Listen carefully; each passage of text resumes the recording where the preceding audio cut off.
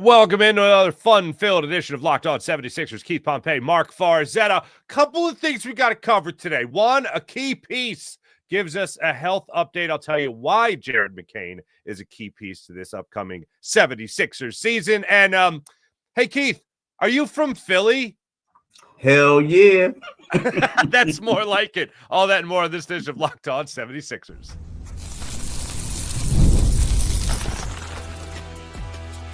You are Locked On 76ers, your daily Philadelphia 76ers podcast, part of the Locked On Podcast Network, your team every day. And we do thank you for making Locked On 76ers your first listen every day, part of the Locked On Podcast Network, your team every day. So just to set this up real quick, in our second segment, we're going to be examining the hell nah heard round the world, Keith. And that has to do with Paul George being asked by IshowSpeed, or just Speed, I guess, if you know him for short there, about whether or not you're from Philly. And he's like, hell no, I'm not from Philly, that kind of thing. So we'll talk about that. But we did get an update on the health of Jared McCain by Jared McCain. I think my best guess is that he said this during the Xfinity Mobile Arena naming unveiling in South correct. Philadelphia. Is the Wells Fargo Center? Okay, that's where it happened. Okay, good. Because I saw he and VJ Edgecombe were addressing the media while they unveiled the new name of the once Core State Center, the once First Union Center, the once Wachovia Center, and the once Wells Fargo Center, and now Xfinity Mobile Arena. While they were dropping the banner on that new name, VJ Edgecombe and Jared McCain addressed the media, where Jared McCain said, quote, "The injury he suffered, the torn meniscus injury that he suffered in December of last year, has him on pace right now for at least being ready for training camp, which gets underway in just a couple of weeks." On pace, but has not been, quote, medically cleared yet, Keith. Hasn't even gotten an update from the doctors as to whether or not he can really do everything. What do you know about the status, and what do you make of the status update from Jared McCain? Well, I just want to. So my daughter, actually my sister, my daughter suffered like the same injury, and it's one of those things where it's typically like a 9-month. Like if you have the surgery and stuff like that. So the fact that he's saying that I'm on pace and I haven't heard anything, we haven't heard that there's been a setback. So to me, it just looks like the 76ers are being extremely, extremely cautious. So I'm not concerned at all. Like when I see him, I'm walking, like when you see videos of him, I'm trying to pay attention to if I see a limp, if I see other things. During the basketball season, I saw him doing the treadmill. I saw him doing a lot of other things that you basically do in this progression. So to me, it's one of those things you don't want to rush them back too soon because for fear of a setback. So the fact that he said that I am on pace for that, I'm not alarmed at all. I really am not. I'm not alarmed because I feel like the Sixers feel like, he's the type of guy who's going to be a major part of what they have moving forward. I also think that when we talk about the NBA, you talk about the treatment that they're getting around the clock and all that stuff. I think that he's going to be fine. I really do. The fact that he said that I'm on pace, and then when we talk to the Sixers and stuff, they always incorporate him. So right now, knock on wood, I'm not alarmed by what he has to say. I want to go back to something you said. You watch the videos or whatever, and you see him just walking around in the really baggy pants and all that stuff, And I'm breaking it down like Zapruder film. Like you talk about breaking down film just to see whether or not he's walking with a limp. My mind jumps immediately to Joel Embiid I think it was the Meek Mill concert where he just had one of his first or second knee surgeries, and he's out there dancing around, and I'm like, well, the knee looks good, I guess. I guess he's doing okay. So, there's no limp. There's nothing to worry about there with Jared McCain as far as noticeable when he was walking around at the Xfinity Mobile Arena unveiling. Here's the thing I want to add, though. I'm sorry about that. I just want to add this. It's just like, so you see him walking around with the knee sleeve, but it's weird because, it's one of those things, like I said, where my daughter – Sorry, somebody just knocked at the door. Like, come on, dude. Can you see I'm doing a podcast? Player, chill. It's like, Jared anyway, McCain. It's Jared, like, chill. But here's the thing. Like, when you look at it, and you like, to me, because my daughter is going through the same injury. Like, you look at it and you see where certain people have a limp in their walk.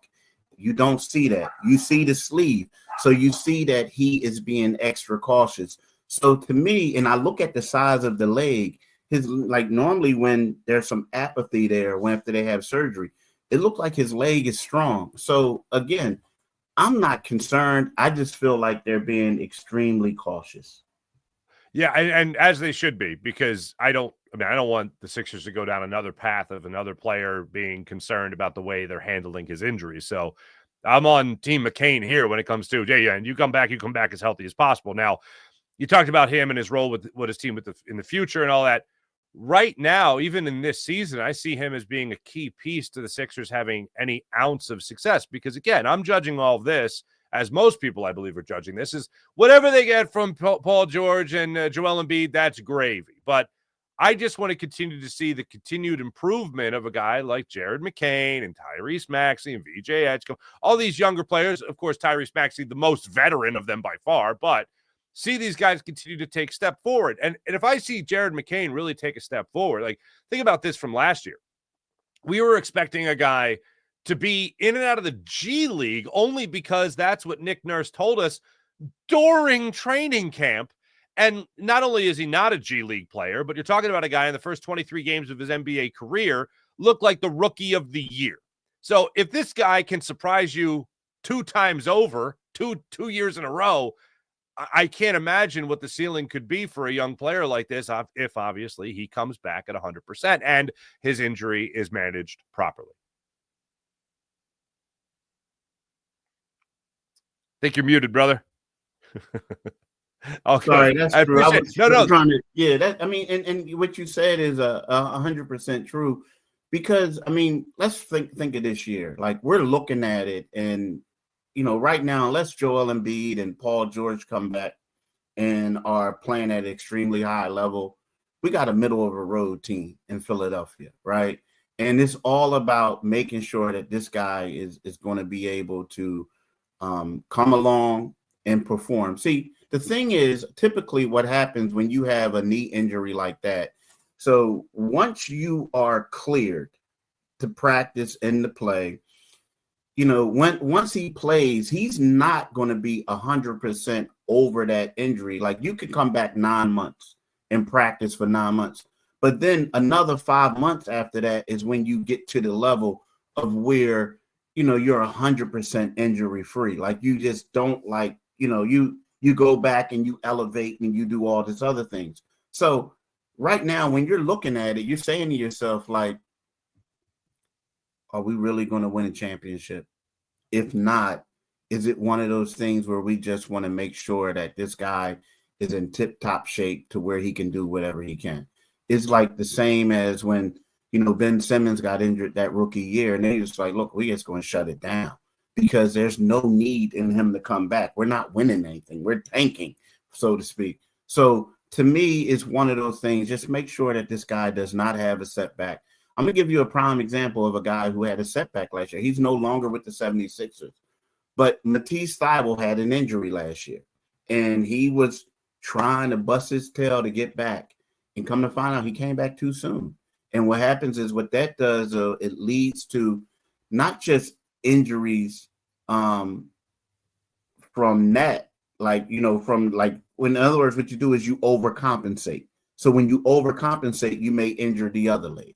You know, stuff like that, because you're putting too much pressure. So to me, the 76ers just have to be extremely careful with Jared McCain, because all the things you just said, you know, they looked at him and, you know, he was supposed to be a guy in the G League. They looked at him and he's like, hey, yo, this was the steal of the draft.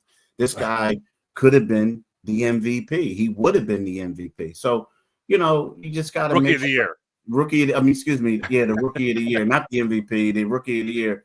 So you have to be 100% careful with him. Yeah. Let's do a hot take show. MVP. What about the MVP? That's Hall of Fame. He made the Hall of Fame after 23 games. Yeah. Exactly. SGA guy. Shea Gilgeous-Alexander. That guy sucks. He Come on, stole man. it. Yeah, Foul trash. seeking. Come on. Yeah, that guy. Yeah. He was robbed.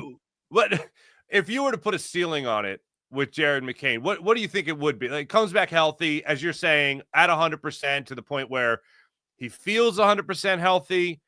He trusts the knee, because that's something not enough people talk about. It's not just about physically getting over the injury. It's mentally getting over the injury, that you could trust the knee again. You could trust that you're not going to, do any more harm or anything like that. So what do you think the ceiling would be for Jared McCain? An off the bench guy, starter, similar to what we saw last year? Because I'll tell you this just right out of the gate before you answer. If he's even at what he was last year, I'm happy to see that given the injury, and then I'd count on the big step forward next year. Yeah, you know what? I think it depends. It also depends on who you have on the roster, right? Like, Sure. it does that. If Quentin Grimes is back, I look at him as coming off the bench, giving me production and scoring points off the bench. I just look at it as a standpoint, and that's not a knock against him. It's just that I want a bigger guard to go alongside Tyrese Maxey. So, yeah, I just see that. But to me, it's one of those things where, like, if we're going to be right, like maybe, depending on where he is at the start of training camp, I don't know if I want to just rush him out there. Like, I want to gradually bring him in, and then maybe that last preseason game, see where he is, right? To give him more minutes, and then you can base it off of that moving forward with the regular season. But yeah, like, I really want to see him coming off the bench, and probably, that's the ceiling for me is that Lou Williams role, where he comes off the bench and just gives you buckets, right? Does a lot of other things. So that's where he is. Now, again, if Quentin Grimes isn't on the roster, then maybe you reevaluate things, right? You reevaluate, what you have. But yeah, to me, it's the ceiling is Lou Will at this particular time, at least for this season. I love it. I would absolutely love to see that. And yeah, as far as the Sixers go, kid gloves, slow to return, slow build, take all the time you need. I don't have high expectations for this season anyway. I do have some high expectations for what Jared McCain could be in the coming years for the 76ers. When we come back, the hell nah heard round the world. And it actually has to do with a conversation, Keith, that you and I had just a couple of weeks ago about whether or not you're from Philly. How you could say, when you could say you're from Philly and you're not from Philly. One person that we all know answered that in the negative with great emphasis that many didn't appreciate that. Appreciate it. All that and more when we return. This is Locked On 76ers on the Locked On Sixers YouTube channel. Back after this. Oh, man. Not only is basketball going to be here before you know it, but football is upon us. Thursday night, Eagles, Cowboys, NFL season almost here, and FanDuel is making sure you're ready to kick off with a can't-miss offer. Right now, new customers can bet just $5. That's right. Bet just $5, and if your bet wins, you'll get $300 in bonus bets to use across the app. I love using FanDuel. It's so much fun. It fits how you like to bet when it comes to parlays, when it comes to building same-game parlays, in-game parlays, even jumping in live as the action unfolds. Make every game more exciting, whether that's the last month of the baseball season before the postseason starts, or that's kicking off Thursday night between the Eagles and the Cowboys. FanDuel gets you ready. So, you ready to play? Download the FanDuel app right now or visit FanDuel.com. Visit FanDuel.com to get started. That's FanDuel.com to place your first $5 bet at FanDuel.com. So this young gentleman's name is IshowSpeed, okay? Or Speed, as the people that know him. I don't feel like I know him well enough to just call him Speed, Keith, to be honest with you. But he's been making his rounds around Philadelphia, including going up to Howie Roseman at a practice and just saying, hey, what's your job? Like, what do you do here? All right. He also challenged Saquon Barkley to a foot race of 100 yards. Saquon said, give me 40 or 50. But also, he met up with Paul George. Now, this is where it came. All right. Now, you saw this. he gets into a car with Paul George, and he says to Paul George, now we can't play it for you because we don't own the video of it, so we can't play it. And he says to Paul George, "Hey, are you from Philly?" And Paul George answers with an emphatic, "Hell nah." And he's like, "I thought you were from Philly." He goes, "No, I play for Philly." And then he goes on to say, like, he likes Philly. Like, there's some good people around here.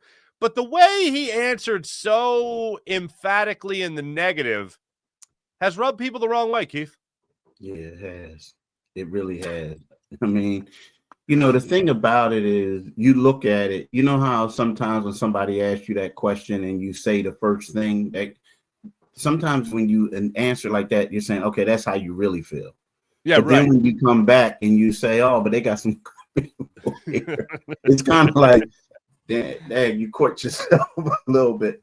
Now, here's the thing. It's two ways to look at it, right? Yeah. So Paul George's first season in Philadelphia didn't go as planned. And we know that the fans in Philadelphia have been extremely hard on him, right? So I haven't spoken to him, but it could be one of those things where, it's been tough for him here. Like with the way the fans have been negative, like, dude, you're making all this money, you haven't played. Like, who is Paul George? We're getting hosed. Oh, he's washed, or he's this and that. So it could have been one of those things where it's like, nah, heck no, I'm not from here. These people, this and that, right? So initially when you hear that, you're like, yo, he dissed the city. But then you look at it and you say to yourself, like, maybe he kind of feels some sort of way because of the reception that he's received since he's been here, right? And it was kind of maybe like a defense mechanism. I'm not from here. No. Like, so I'm going to give him a little bit of a pass. Now, I know that other people are critical of him and this and that. But I'm going to give him a pass just because of the way that he's been dissed and the way that people are.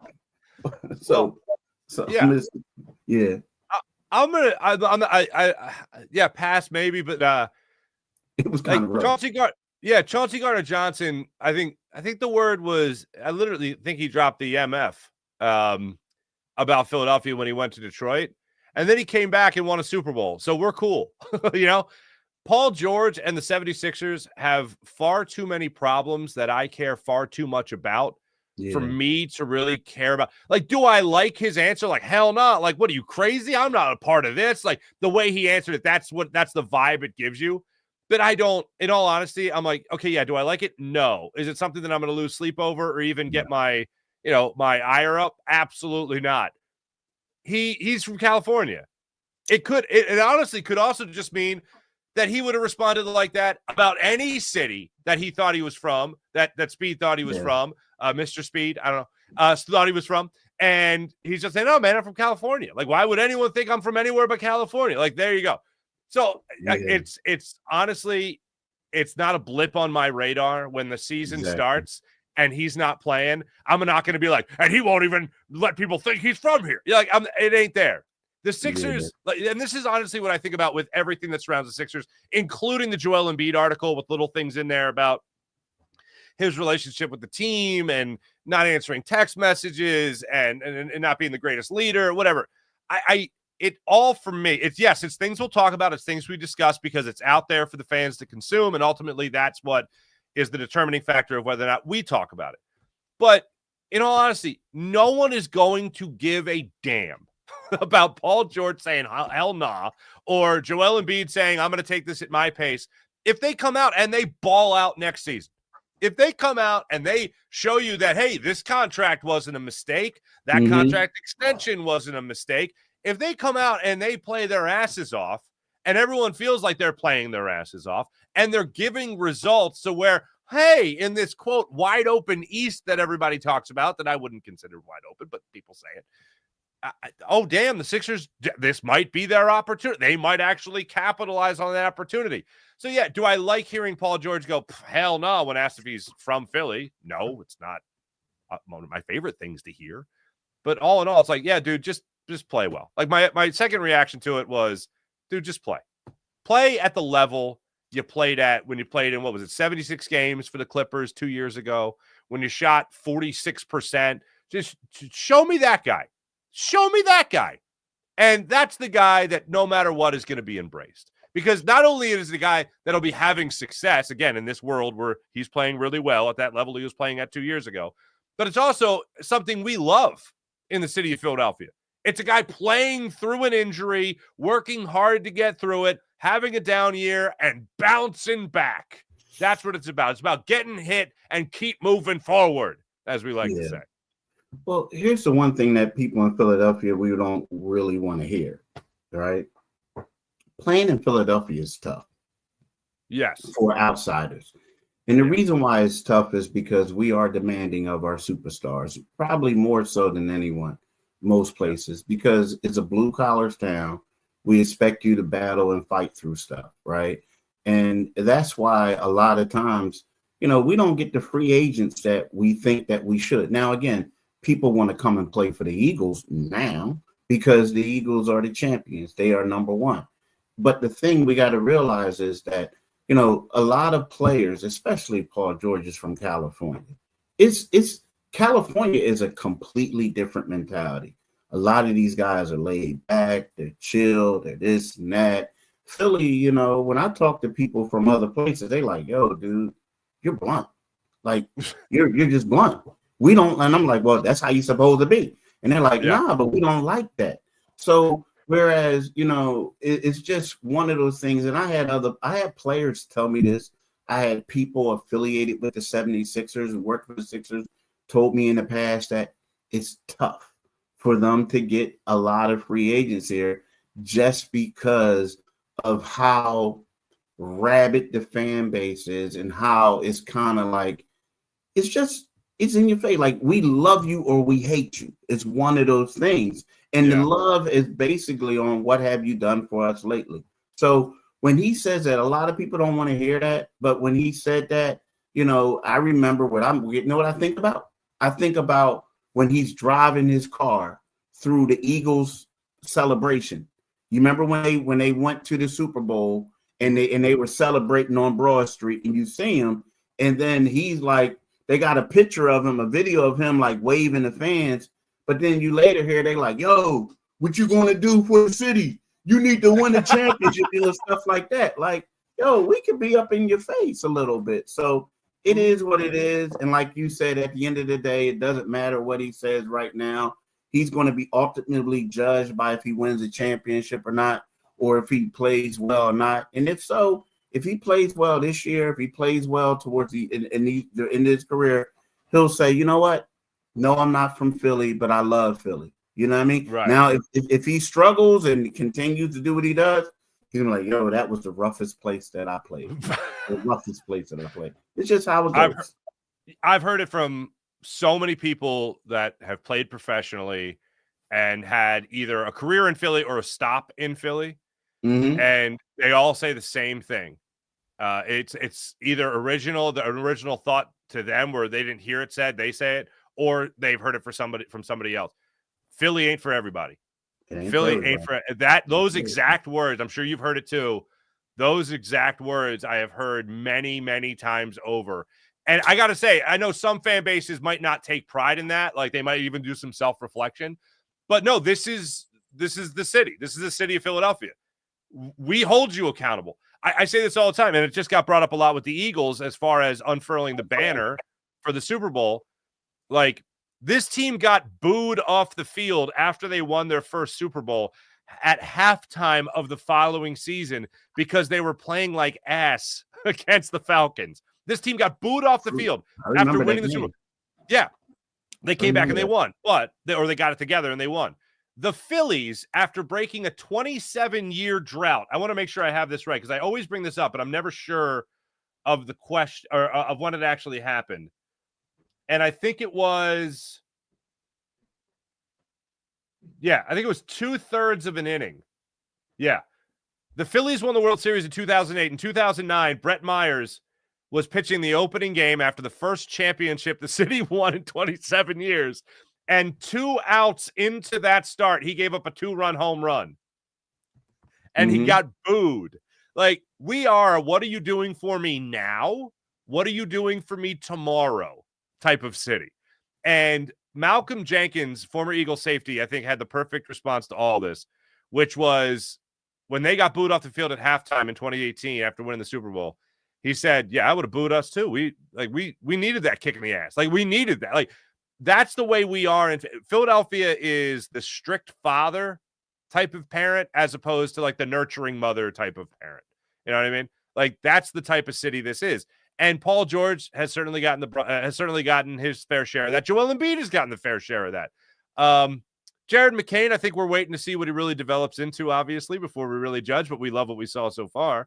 But I love this about the city of Philadelphia, because do you want to be a fan base that's just like, oh, it's okay, here's a juice box and an orange peel, get them tomorrow? Like, no, that's, if I was like abducted by aliens and dropped back into the city of Philadelphia and that was the take on it, I would be like, this is it. Wait, I want to go back to the alien planet. I think I'm more familiar with that than the city of Philadelphia trying to nurture somebody along. Yeah, I agree. I agree with you. I mean, I agree. I can't argue with that. I just can't. You raise a great point, but it is one of those things where we just got to understand. And like this, maybe could he have handled it better? Perhaps so. He could have toned it down a little bit and like, nah, I'm not from here. I just play here. Right. But to me, it just seemed like a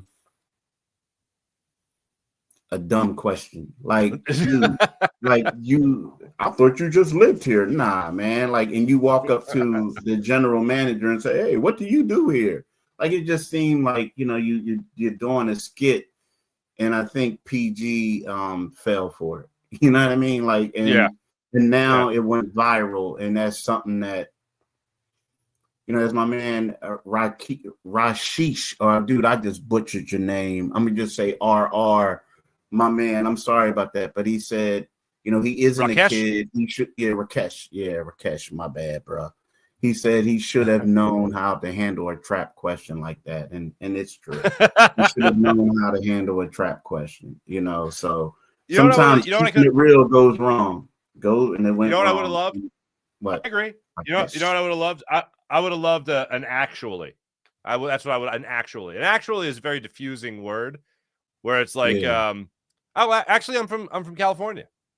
I can understand why that might be surprising to learn this, but actually, I'm from California. Like that kind of thing. I could have gone for an actually about then. All right, Keith, it's that time, and I think we have the perfect response. Right, as you look for reading material. Here we go. All right, we'll be back right after this quick blink of a break. Ooh, Under the Sun. Under the Sun. I got this book signed. So it's by Harold Jackson. He used to be a editorial writer. Get this. He used to cover Alabama, the University of Alabama. Oh wow. Now, he back in the day he's from Birmingham, Alabama. Great dude. He used to be the editorial guy for the Enquirer. And then he retired at the Houston Chronicle. He did that there as well. But he wrote a book, and it talks about his journey. And he interviewed Obama. He did a lot of stuff. But he used to tell me stories about Bear Bryant and everything like that. And it's fun. Wow. He was like he was the first Black writer reporter to cover Alabama, which is crazy. Yeah, right. And he's only 70 when you think of that. It's like that. Right. But and getting to Quentin Grimes again, nothing. Just say hell no. Hell no. but he'll I mean, but I do believe at the end of the day, we're going to be saying hell yeah. Nothing's changed. It's just, again, we're just waiting and seeing, man. There's no rush. There's no rush until the 11th hour, and when the 11th hour comes, we got a couple more weeks to see what's going on. Now, the thing is, see, what happens is when you start getting to training camp and the team goes over to the Middle East, Abu Dhabi, and he's not there, and Nick Nurse has to answer that question. Daryl Morey has to answer these questions. That's when it gets a little crazy, It's kind of sort of like what the Dallas Cowboys went through with Micah Parsons, right? You know, it's like he's sitting on the sideline, he's not practicing. But as soon as when they start preparing for the Eagles that week, okay, we got to get it done. Either he's going to go, or either he's going to play, or we're going to trade him. And they ended up trading him to the Green Bay. Copy that. I hope it gets done in the near future, but I am not optimistic that it will. Unless the near future is like a month. But by then, there will be playing games in Abu Dhabi. How about that? Yeah, that's the crazy part, right? That's the crazy part, you know? His name is Keith Pompey, ladies and gentlemen. My name is Marc Farzetta. We'll be back with you guys tomorrow for another edition of Locked On 76ers. Maybe an Eagles tie-in or two, being that it's the Eagles kickoff against the Dallas Cowboys. How about that?